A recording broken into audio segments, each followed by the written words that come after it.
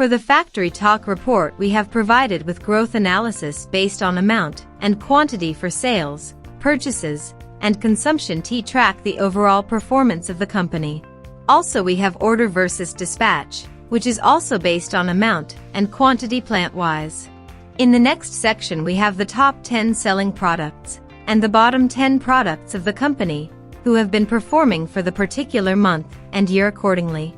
Next, we have packing data, where we have planned versus actual and wastage and machine breakdown along with efficiency and productivity of each plant. Also, we have grinding loss analysis for each plant as well.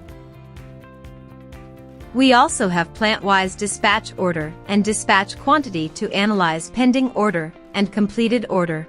Similarly, we have costing and sales analysis with sales and costing year-wise and state-wise. This dashboard has a summary of all the reports, which can be easily accessed to further thoroughly analyze using hyperlinks to jump to the respective reports.